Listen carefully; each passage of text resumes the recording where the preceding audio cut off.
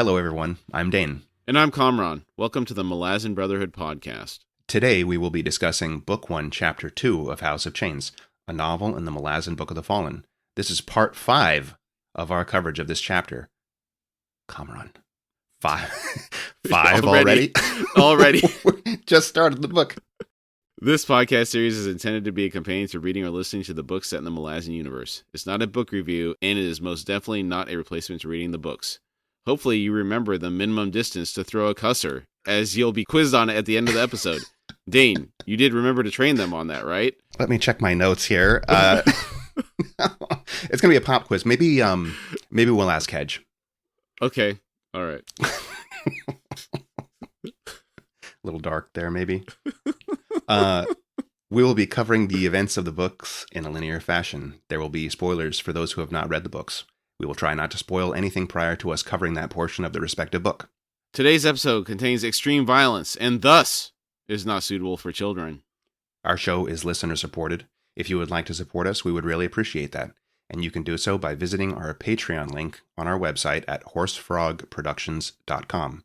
Currently, we are posting ad-free episodes on Patreon weekly. Also, we'd really like to hear from you. Send any feedback or comments to contact@horsefrogproductions.com. All right, Chapter 2, Part 5. Directly beneath the trapdoor, Karsa examined its edges. He recalled that there was an iron latch that was lowered when locked, making it flush with the surrounding boards. He jammed the chain-fixing end of the iron bar into the join beneath the latch. He drove it in as far as he could, then began levering, settling his full weight in gradual increments. A splintering snap, the trapdoor jumping up slightly. Karsa set his shoulders against it and lifted. The hinges creaked. The warrior froze, waited, then resumed, slower this time. As his head cleared the hatchway, he could see faint lantern glow from the far end of the warehouse, and saw, seated around a small table, 3 lowlanders. They were not soldiers. Karsa had seen them earlier in the company of the slave master, Silgar. There was the muted clatter of bones on the tabletop. That they had not heard the trapdoor's hinges was, to Karsa's mind, remarkable. Then his ears caught a new sound. A chorus of creaks and groans, and outside, the howl of a wind. A storm had come in from the lake, and rain had begun spraying against the north wall of the warehouse. Under his breath, Karsa whispered, "Urigal, I thank you. And now, witness." You know, when you hear Karsa say witness, that you're in for some damage. Yeah, he's about to go on a rampage, it sounds like. One hand holding the trapdoor over him, Karsa slowly slid onto the floor. He moved far enough to permit Torvald's equally silent arrival, then he slowly lowered the hatch until it settled. A gesture told Torvald to remain where he was, understanding indicated by the man's fervent nod. Karsa carefully shifted the bar from his left hand to his right, then made his way forward. Only one of the 3 guards might have seen him from the corner of his eye, but his attention was intent on the bones skidding over the tabletop before him. The other 2 had their backs to the room.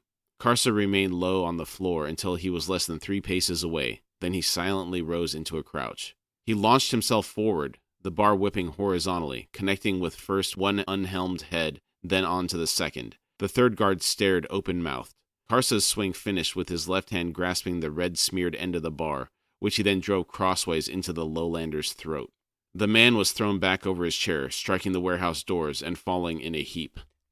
Just to go back a little bit here before this brutal scene, these 3 watching seem to have made a serious blunder by putting their backs to where the prisoner is being held. I guess they just think that nothing's going to happen, but you would think maybe fan out in a way that you can actually see where the prisoners are so your backs aren't to the prisoners. It's got to be just pure complacency. They've probably been doing this for years and nothing has ever happened. So the human mind doesn't think it needs to stay vigilant. I guess not. They're used to the Sunid who are just happy to lay in the muck. Yeah. Yeah. Okay. They're cowed.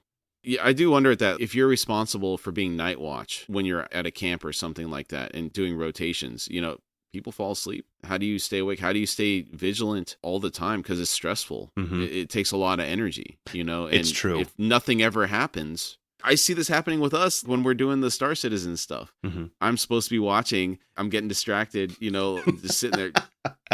That's how they come up behind you. It's true. You got to cover your doorway, You're sitting wanders. there for 5 minutes. Yeah, it does. All right.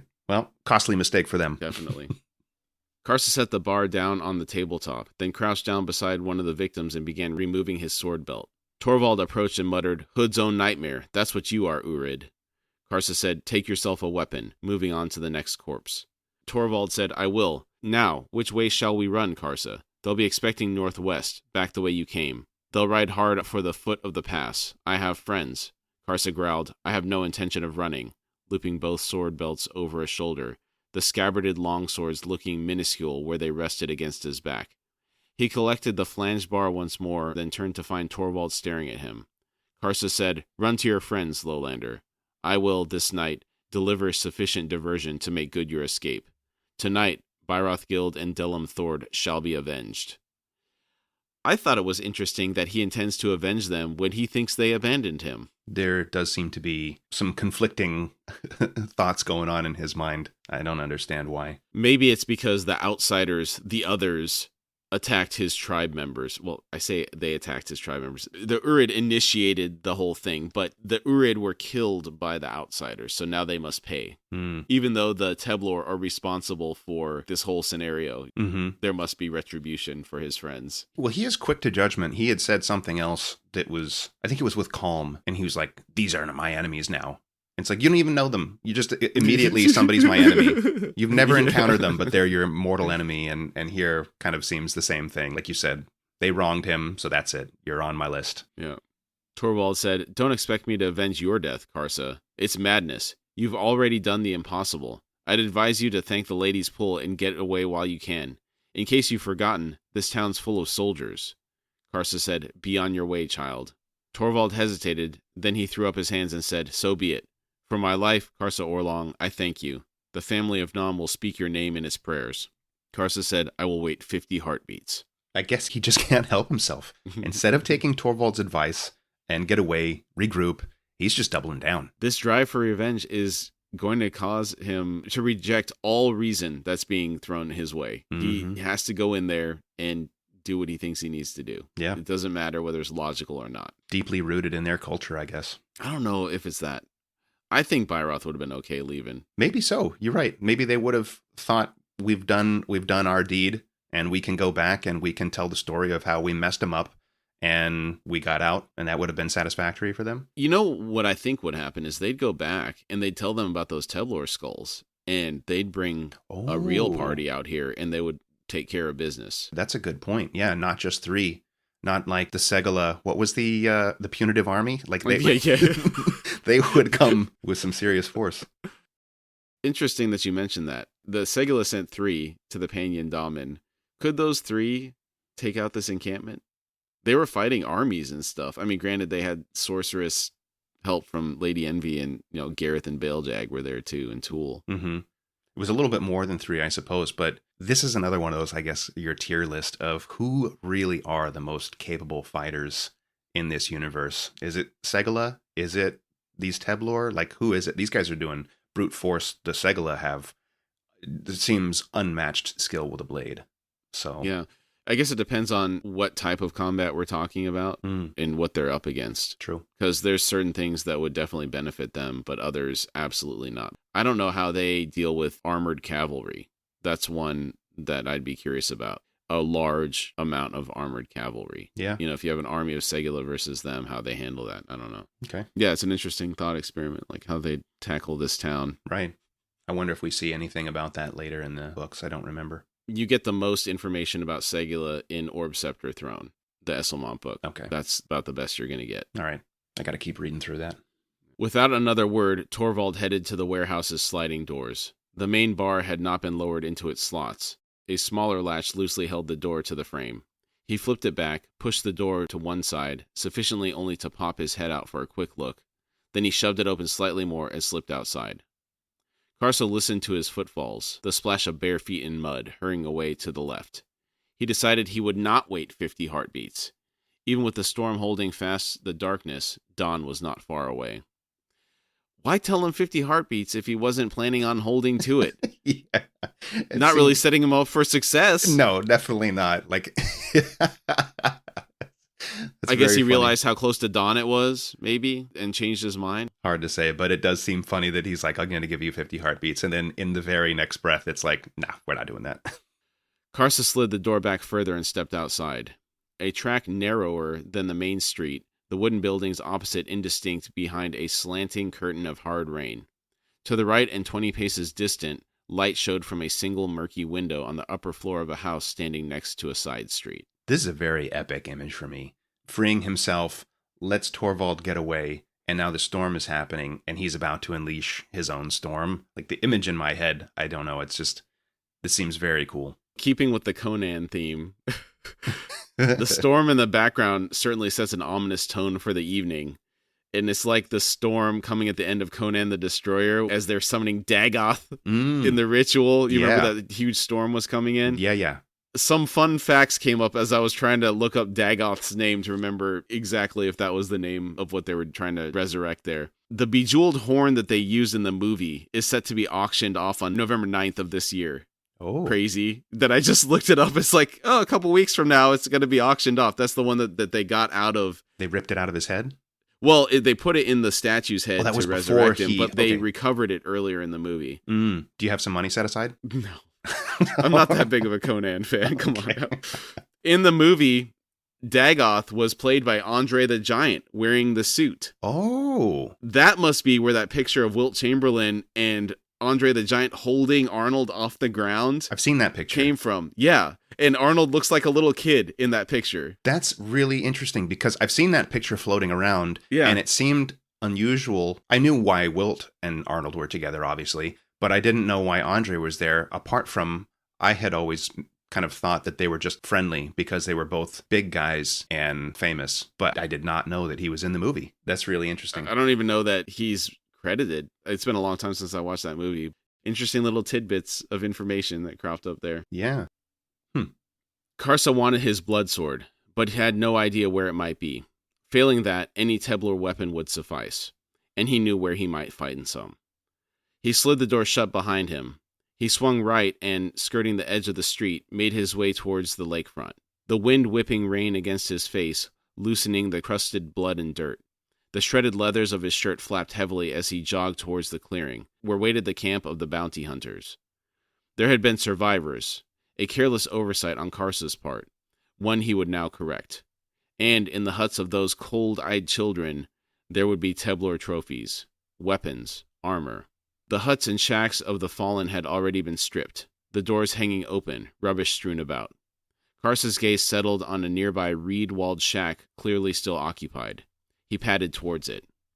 Ignoring the small door, the warrior threw his shoulder against a wall. Through the wall instead of the door. The reed panel fell inward. Karsa plunged through. There was a grunt from a cot to his left, a vague shape bolting into a sitting position. Iron bars swung down. Blood and bits of bone sprayed the walls. The figure sank back down. The small lone room of the shack was cluttered with Sunid objects, most of them useless, charms, belts, and trinkets. He did find, however, a pair of Sunid hunting knives, sheathed in beaded buckskin over wood.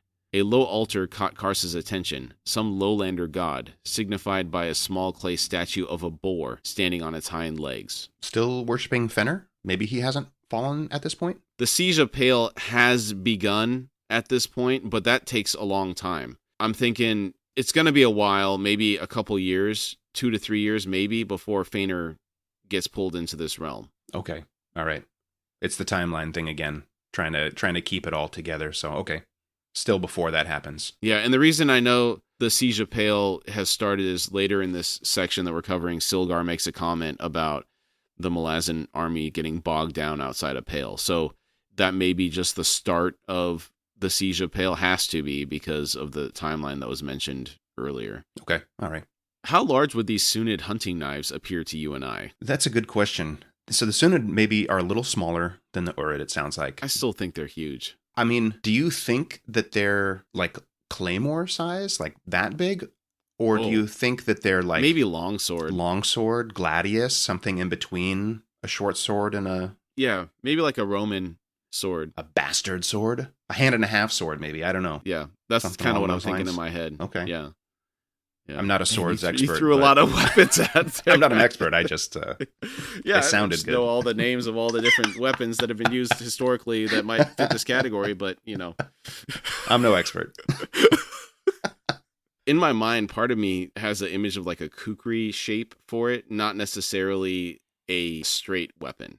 Okay. Because they say hunting knives, and a lot of times hunting knives do have a little bit of a recurve to them, don't they? They have gut hooks on them, or, skinning weapons, chopping meat. I don't know. I think it depends on the use of the hunting. If you're talking about a kukri and you've got a lot of weight forward action, I think typically designed for more chopping, more heavy weight so that it can break through stuff. But if we're talking about hunting in the way of skinning, then it would be the other way, curved more like a scimitar or a cutlass or something like that, where you'd have a longer belly of the blade. Okay. Again, I'm no expert.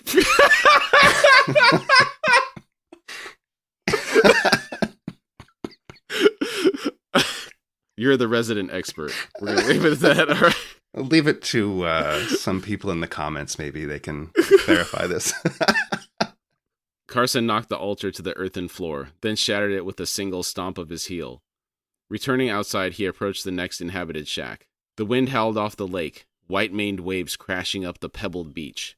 The sky overhead was still black with clouds, the rain unceasing. There were 7 shacks in all, and in the 6th one, after killing the 2 men entwined together in the cot beneath the skin of a gray bear, he found an old Sunid blood sword, and an almost complete set of armor that, although of a style Karsa had never seen before, was clearly Teblor in origin, given its size and the sigils burned into the wooden plates. It was only when he began strapping it on that he realized that the gray, weathered wood was bloodwood, bleached by centuries of neglect. In the 7th hut, he found a small jar of blood oil, and took the time to remove the armor and rubbed the pungent salve into its starved wood. He used the last of it to ease the sword's own thirst. How fortuitous. Indeed.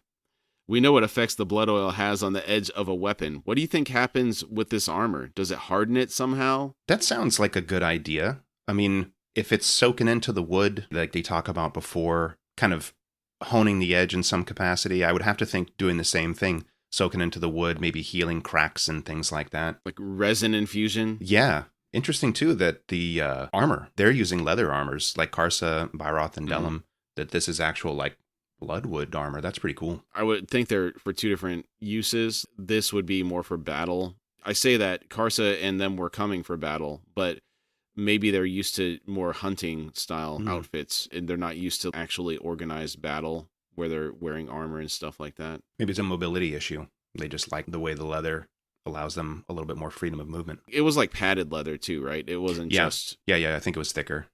Karsa then kissed the gleaming blade, tasting the bitter oil. Is this the first instance of him actually taking some blood oil? Yeah. Ooh. They've kind of waved it in front of the noses of the horses. Yeah. But they themselves didn't take it yet. Mm. The effect was instantaneous. His heart began pounding, fire ripping through his muscles. Lust and rage filled his mind.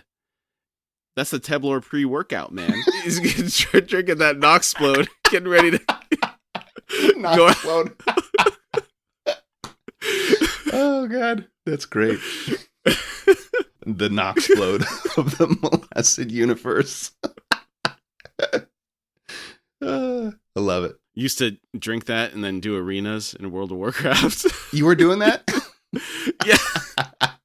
I mean, it was before I was going to go work out, but sometimes I didn't go work out. It's just like, you know how I get. He found himself back outside, staring at the town before him through a red haze. The air was foul with the stench of lowlanders. He moved forward, though he could no longer feel his legs, his gaze fixing on the bronze-banded door of a large timbered house. Then it was flying inward, and Karsa was entering the low-ceilinged hallway beyond the threshold. Someone was shouting upstairs. He found himself on the landing, face to face with a broad-shouldered, bald child. Behind him cowered a woman with gray-streaked hair, and behind her, now fleeing, a half-dozen servants. The bald child had just taken down from the wall a longsword still in its jewel-studded scabbard.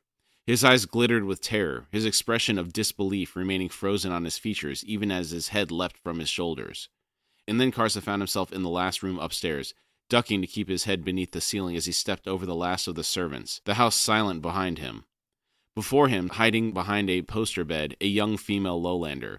The Teblor dropped his sword. A moment later he held her before him, her feet kicking at his knees.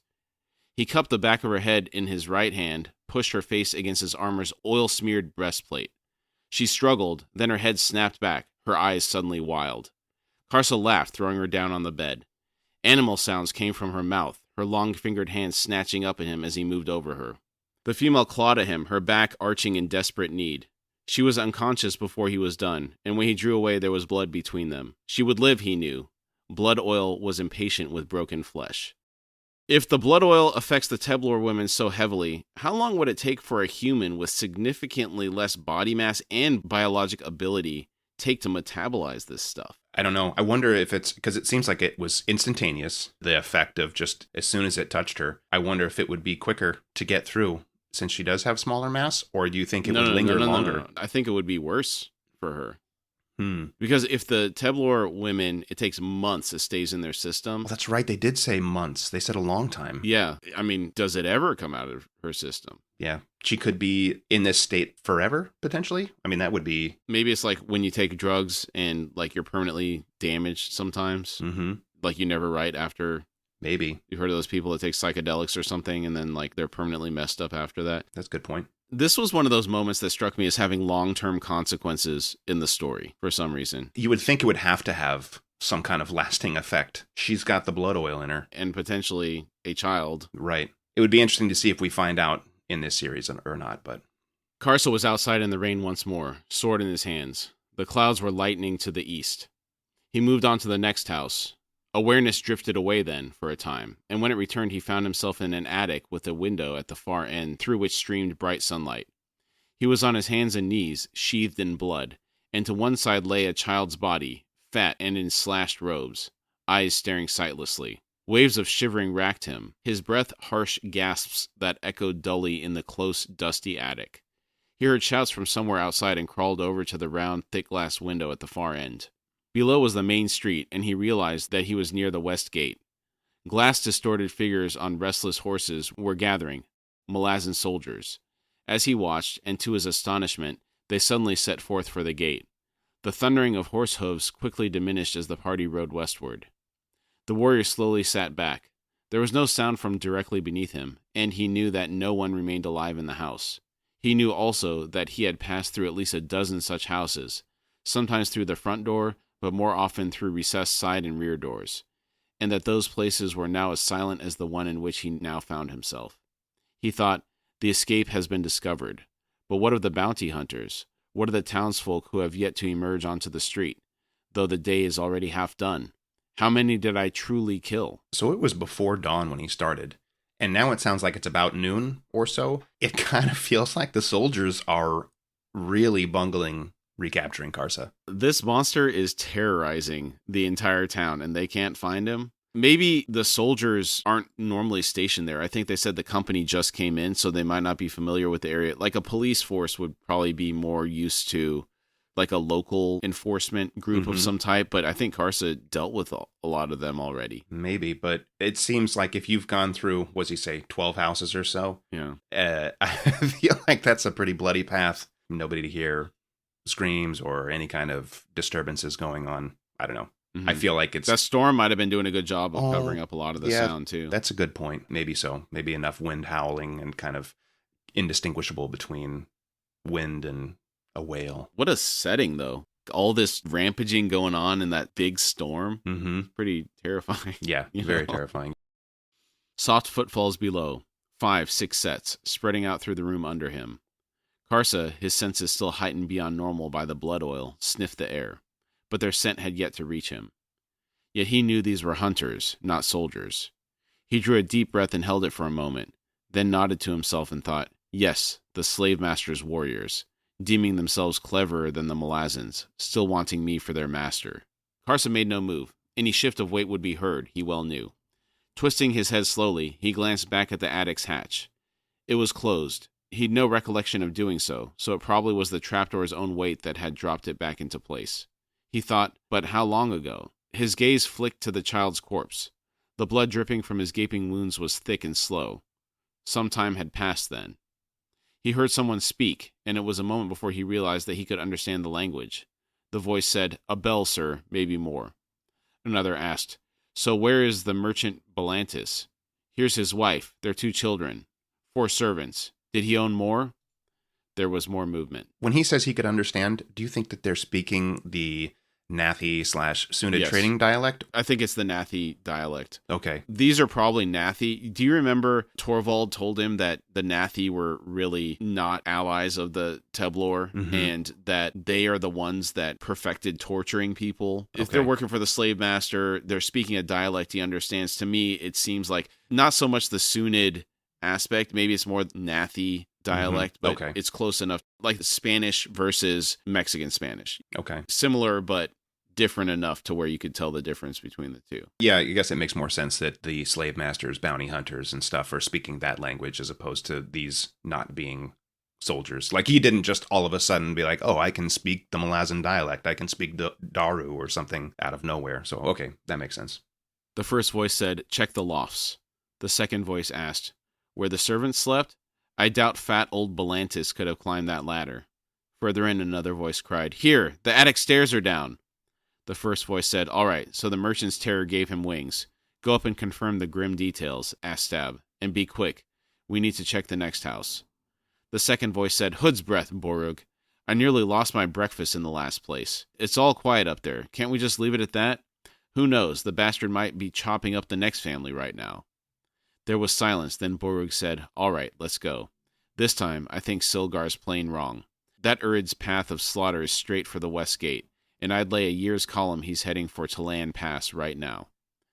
Astab said, then the Malazans will run him down.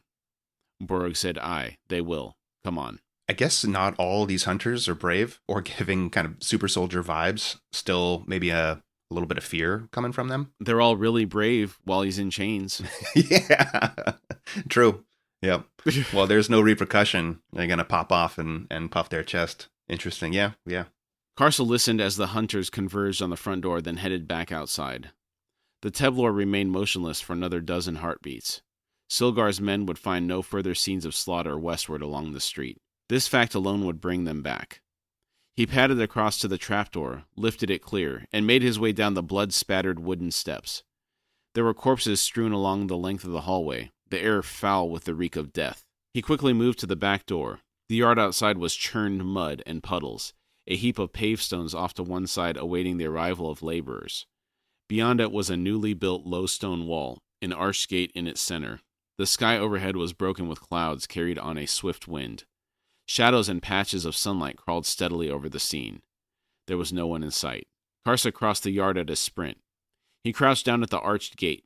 Opposite him ran a rutted, narrow track parallel to the main street, and beyond it a row of irregular heaps of cut brush amidst tall yellow grasses. The back walls of the houses reared behind the heaps. He was on the western side of the town, and here there were hunters. It followed, then, that he would be safer on the eastern side. At the same time, the Malazan soldiers appeared to be quartered there, though he'd watched at least 30 of them ride off through the west gate, leaving how many? Karsa had proclaimed the Malazans his enemy. The warrior slipped out onto the track and headed east.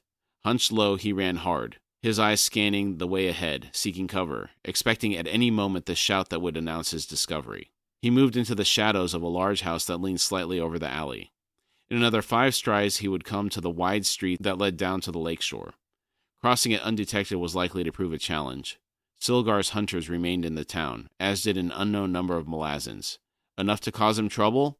There was no telling. What would that number be? What did he take on so far? Because I think there were 50 or 60 in the square with Byroth and the Bolas, 20 mounted soldiers, I think he said, and still more that he dispatched, 1 to 2 at a time. What do you think? I think there's still quite a few Malazans. Like, how many are in a company?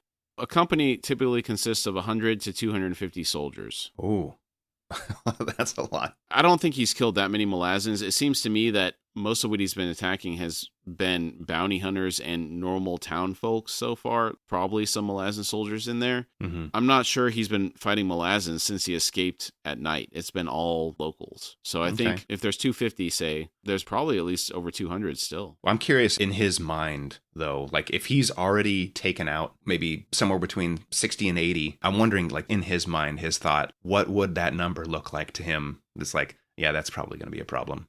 I mean, I wonder if he's counting that far advanced. Maybe he doesn't know how many soldiers are in a company. He doesn't have that information, but I'm curious in his head what he thinks. It's a good question. I don't know. He has no context, short of what he can see. Right. I think he's just kind of in survival mode situation to situation right now.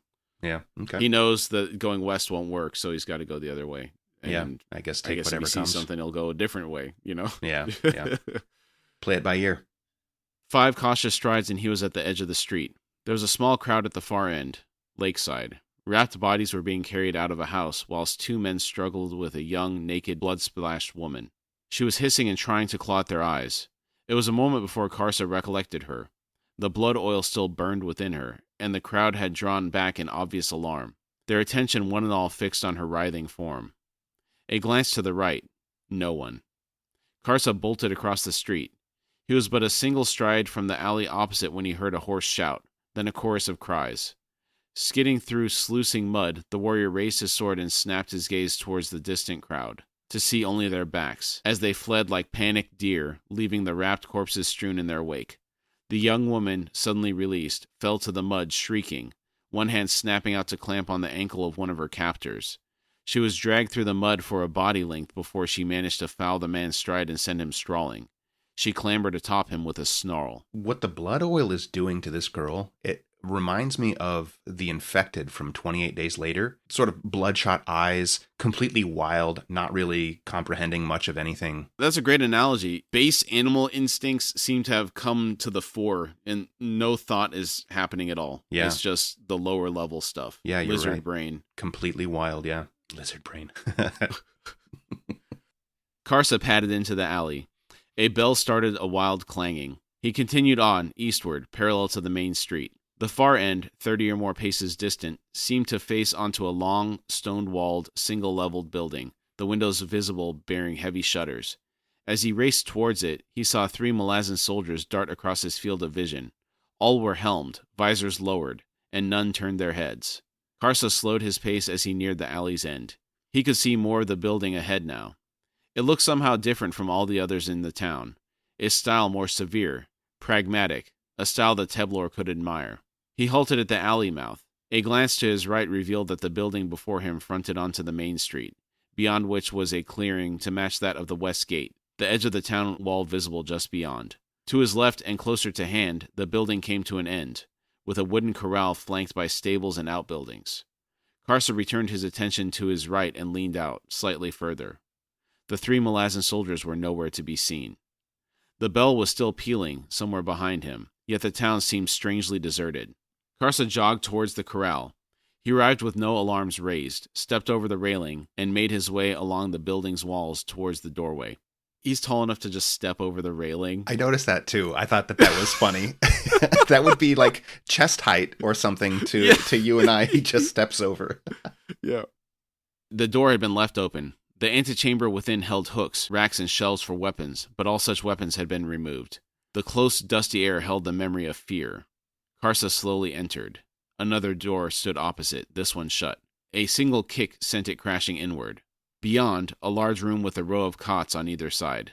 Empty. The echoes of the shattered door fading, Karsa ducked through the doorway and straightened, looking around, sniffing the air. The chamber reeked of tension. He felt something like a presence, still there, yet somehow managing to remain unseen. The warrior cautiously stepped forward. He listened for breathing, heard nothing, took another step.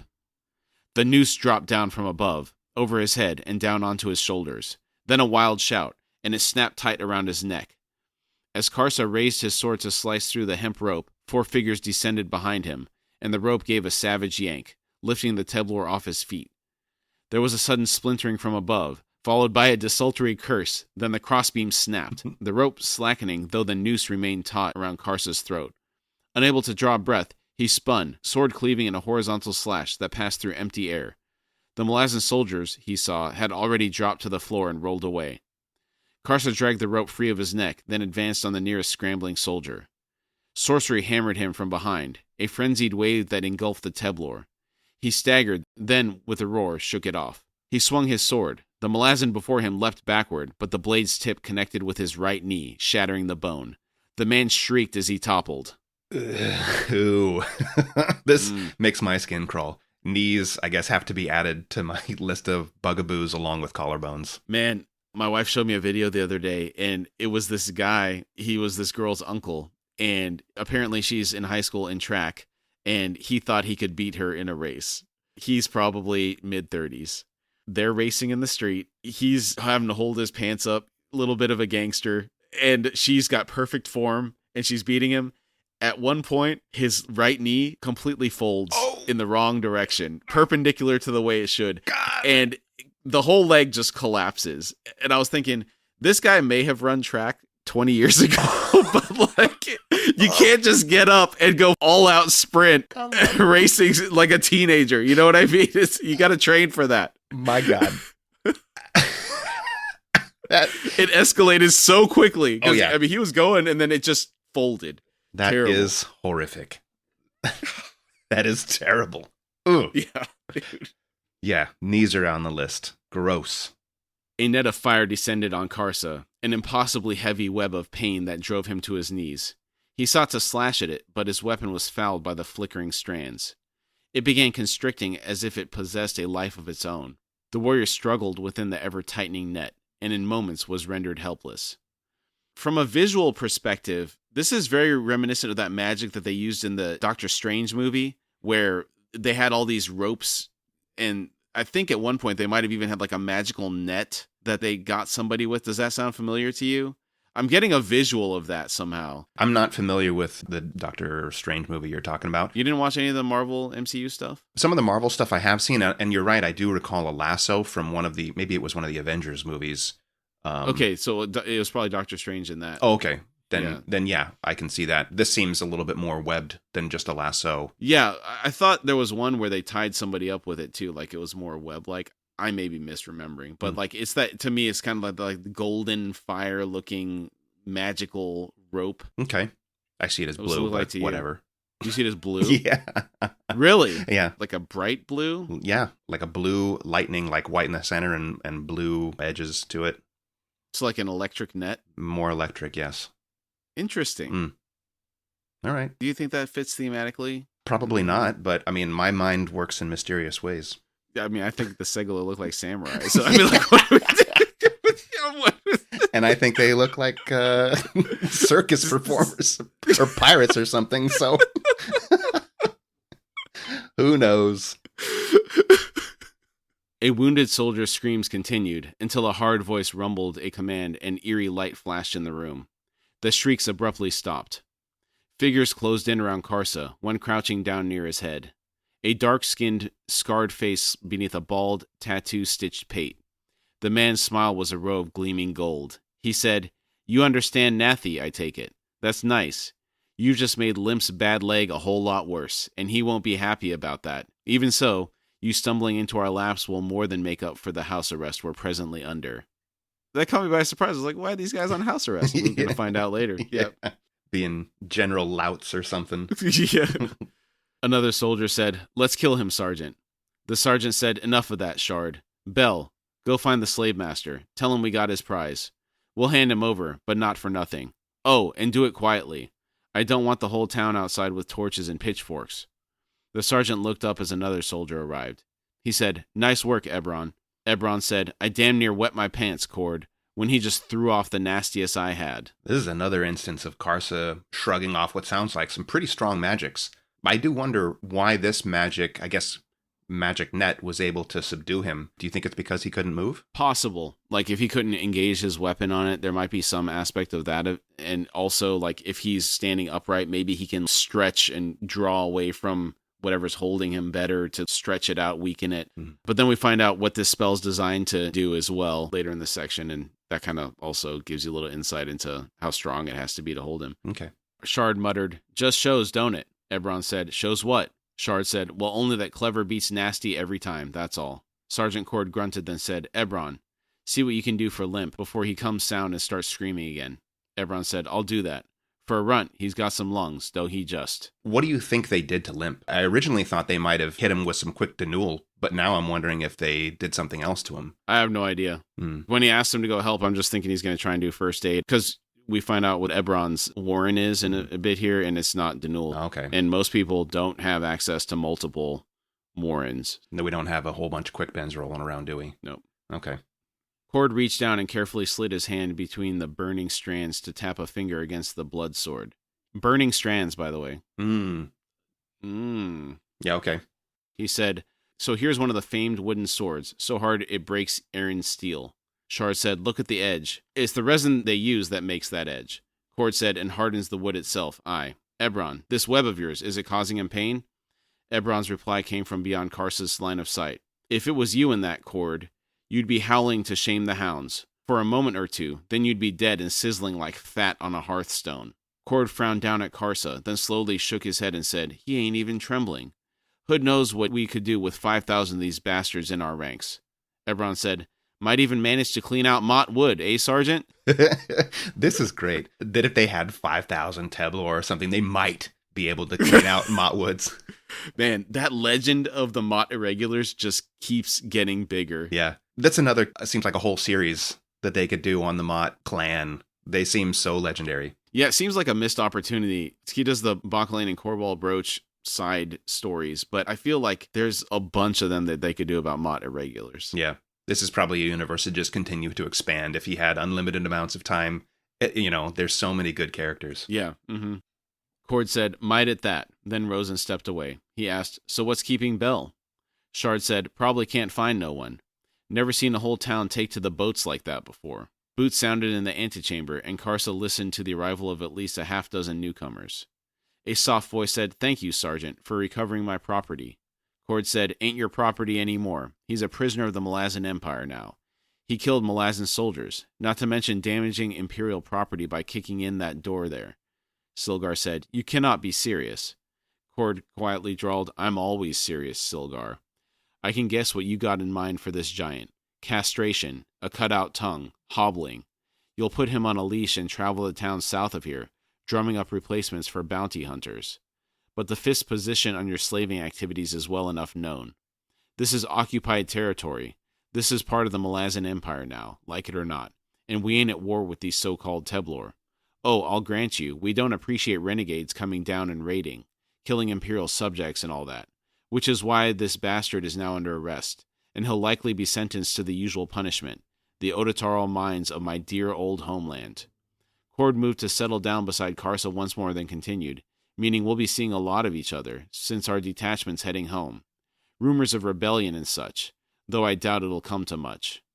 Behind him, Silgar said, Sergeant, the Malazan hold upon its conquests on this continent is more than precarious at the moment. Now that your principal army is bogged down outside the walls of Pale, do you truly wish for an incident here, to so flout our local customs? Cord cut in, customs? Still gazing down at Karsa.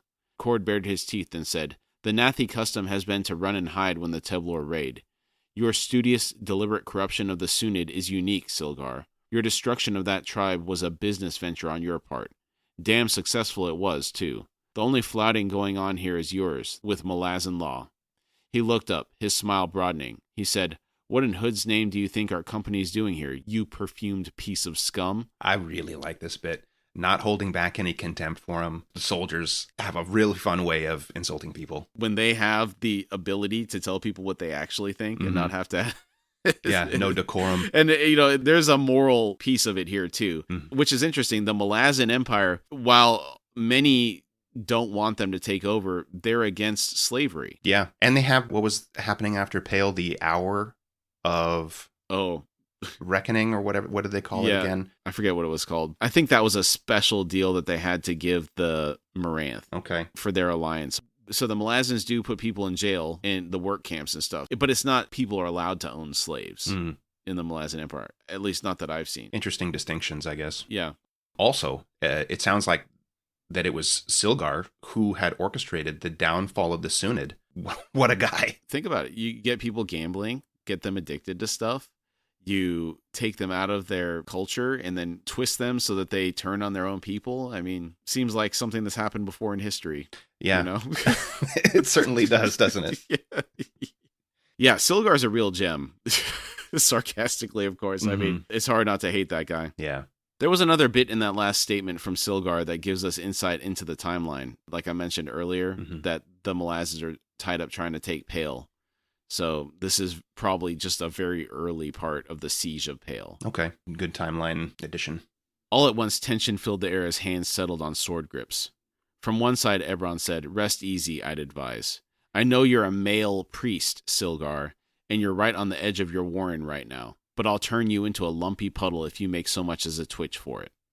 Cord said, order your thugs back, or this Tevlor will have company on his way to the mines.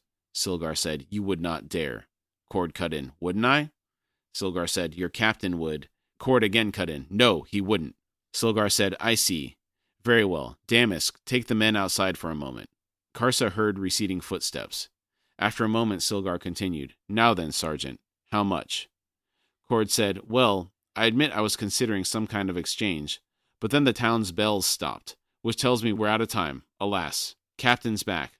There, the sound of the horses coming fast. All this means we're all official now, Silgar. Of course, maybe I was stringing you along all the time, until you finally went and offered me a bribe, which, as you know, is a crime. The Malazan troop had arrived at the corral, Karsa could hear. A few shouts, the stamping of hoofs, a brief exchange of words with Damask and the other guards standing outside, then heavy boots on the floorboards. Cord turned and said, Captain. A rumbling voice cut him off. I thought I'd left you under house guard. Ebron, I don't recall granting you permission to rearm these drunken louts. Then the captain's words trailed away. So, there we go. They're under house arrest for getting drunk. Typical. Yeah, very in line for these soldiers, it seems. Karsa sensed the smile on Cord's face as he said, the Tevlor attempted an assault on our position, sir.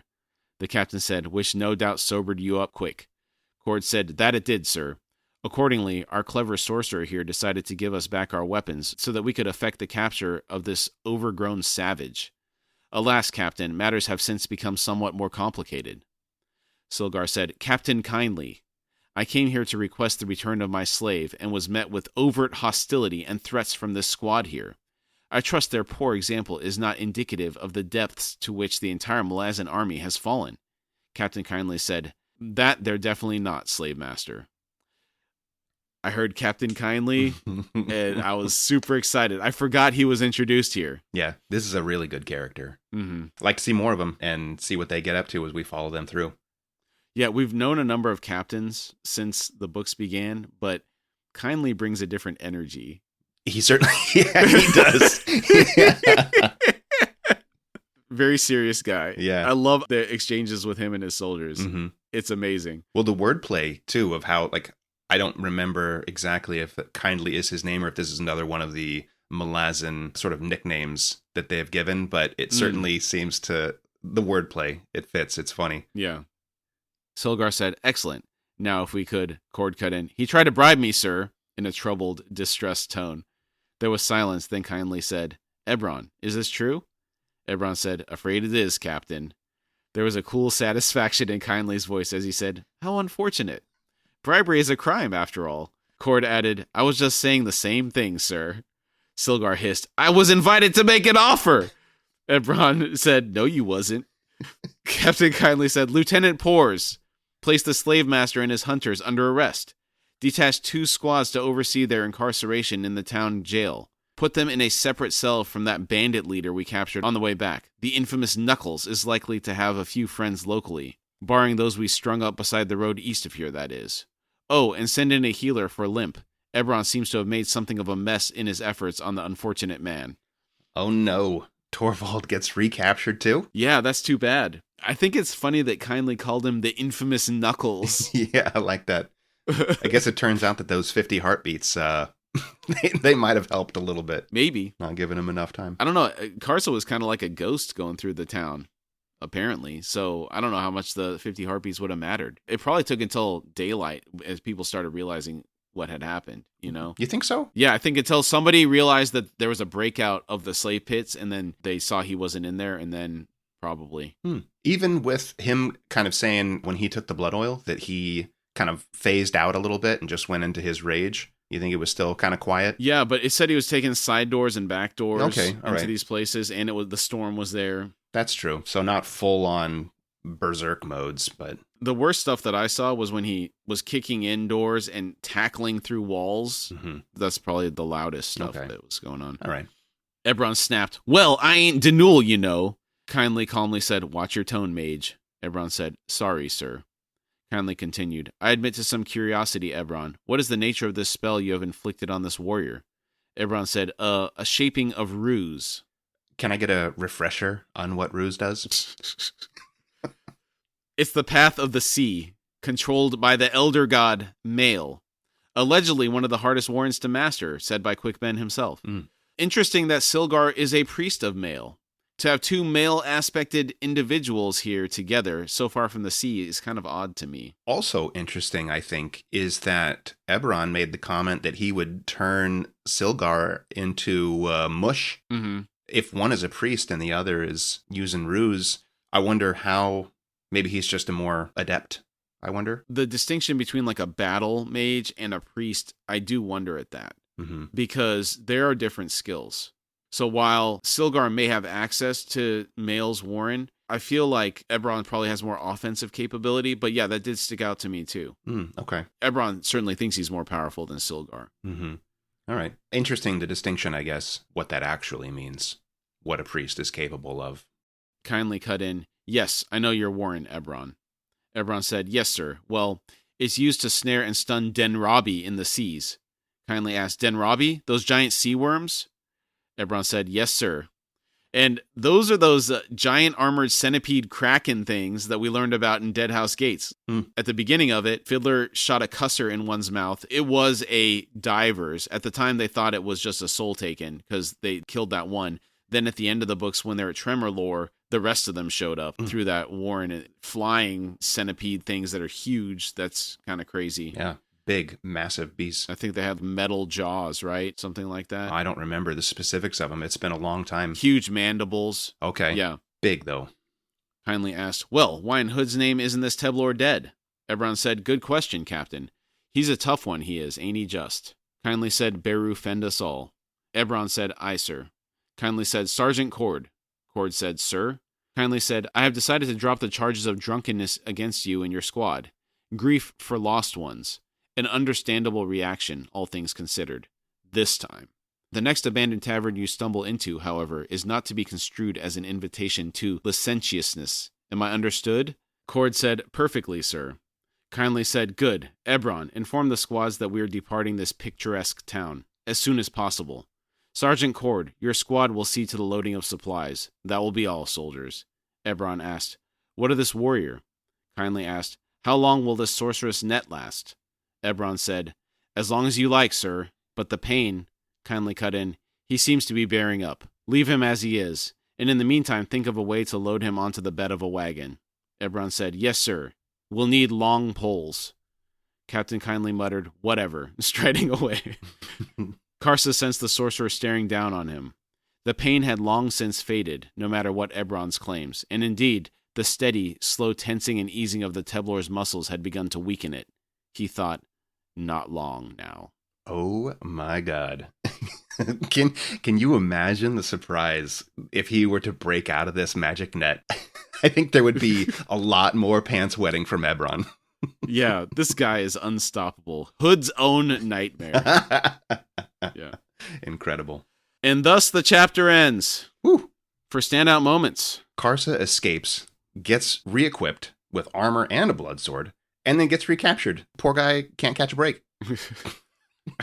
Maybe he shouldn't be going after revenge all the time. Just slip on out. And the way he got recaptured too, with ruse and this net, I didn't think there was much magic that could do anything to him. Yeah, I mean, Denrabi's a pretty formidable creature, so maybe it was strong enough to be able to... It's like a level 3 spell. And Eberron seems to be another clever mage. He seems like a pretty cool guy. Oh, and on that point, getting back to the Malazan soldiers, I love their dialogue. It's really nice to have them back in the story. Yes, I appreciate the shadiness of the interaction with Silgar. Like, is this a bribe? Is this not a bribe? Yeah. He was asking for it technically. If there was time, he probably would have taken it. I do enjoy that. I'm particularly excited for Captain Kindly and Lieutenant Pores to be introduced because that is a pairing that I love throughout this series. They're so fun. Well, I also like, I don't know what the term is, but they're all on each other's side. So like, was he saying that? Oh yeah, well of course he was. Eberron, did he say that? Yeah, he said it. Like, yeah. There's no way Silgar's. Yeah, you probably get a knife in the back if you're not one of those people. You know? Yeah. I also appreciated the joke about the Malazans needing 5,000 Teblor to clear out Mott Wood. Yeah, that's fantastic. I'd love to see that little spinoff. Yeah. All right, great job today, Dane. Great job. Any final thoughts before we drop off here? Yeah, this continued theme of Karsa trying to get me. This continued theme of Karsa and vengeance getting him in more trouble. Yeah. At some point, I wonder if he's going to have to start thinking about how he approaches situations and when he's going to start changing. I realize we haven't gone through that much time yet, so maybe more needs to happen to him before he starts taking some of this to heart. But I do wonder at that. Like, when is he going to start learning some lessons from the stuff that he's going through? Mm-hmm. Byrath had made that comment before. Wisdom is not something that we've discussed as of yet. So, I wonder, you'd think enough is going to happen where maybe that would cool his heels to a degree. Maybe he'll look before he leaps or something at some point. Maybe not. I mean, he thinks he can break out of these fire chains that look like electric blue. Oh, God. Okay. All right. But his will isn't broken. Yeah. I guess that's the biggest thing, isn't it? And so I don't see it turning around anytime soon. Yeah. Until he gets sufficiently cowed. One punch from Calm isn't enough to do it. So yeah, I guess we'll see. All right. Thanks, everybody. We'll see you next week. See you next week.